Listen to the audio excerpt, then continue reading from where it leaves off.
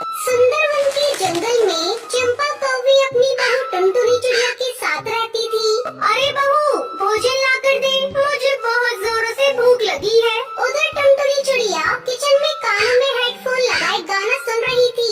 बहुत आवाज लगाने पर भी जब टुनटुनी चिड़िया भोजन लेकर नहीं आती, तब चंपा कौवी उसे देखने के लिए किचन में जाती है।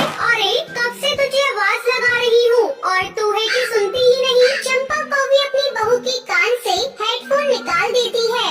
अपनी सास को सामने देखकर टुनटुनी चिड़िया हड़बड़ा जाती है। क्या हुआ माँ जी? माँ जी की बच्ची, कब से मैं तुझसे खाना मांग रही हूँ, लेकिन तू है कि कानों में हेडफोन लगाए गाने सुन रही है। चल अब मैं अपना भोजन खुद ले लूंगी। चंपा कौवी भोजन लेने के लिए जाती है। अरे ये क्या बहू, तूने तो गैस जलाया ही नहीं, अभी तक खाना भी नहीं पका।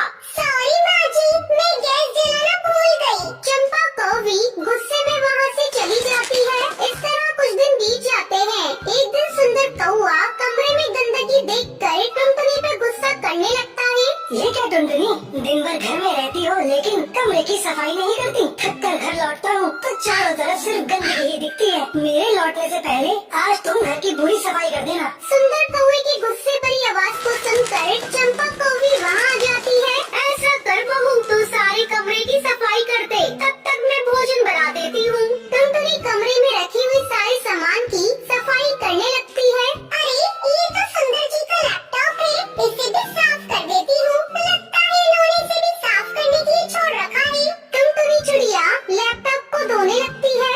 उसे ऐसा करता देख उसकी सास चंपा कौवी देख लेती है।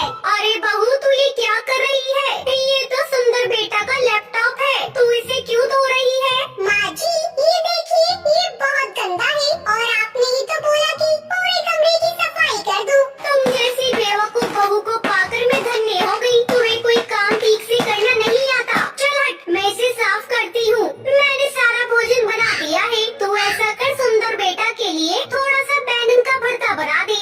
शाम को सुंदर कौआ ऑफिस से घर आता है।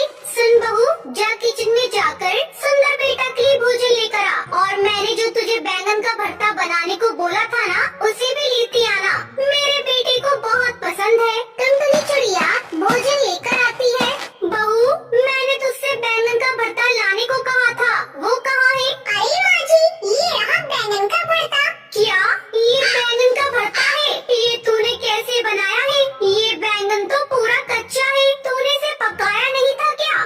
माँ जी, आपने बैंगन पकाने के लिए कहाँ बोला था? हे ऊपर वाले, ये कैसी बेवकूफ बहू मेरे गले में बांध दी तूने। एक दिन चंपा अपने बेटे के साथ शहर गई हुई थी, तभी उसके घर में चोर घुस आता है।